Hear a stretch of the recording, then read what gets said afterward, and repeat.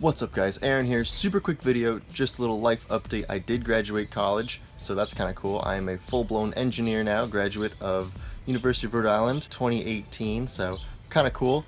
But I did want to let you guys all know that the build has begun for the Celica. So I just ordered all this stuff, $383, and I got a cool license plate bracket, front bumper primed, front hood primed, and little upper grille that has the little Toyota logo. So all that should be coming really soon, within about a week I would think, around Memorial Day.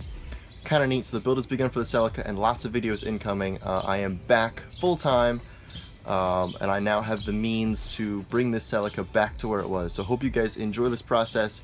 Just a little life update. I want to let you guys know that I'm not dead. I'm still here, still bringing you content. So thank you for watching this little update, and I will catch you guys next time. Thanks for watching. I'm out of here.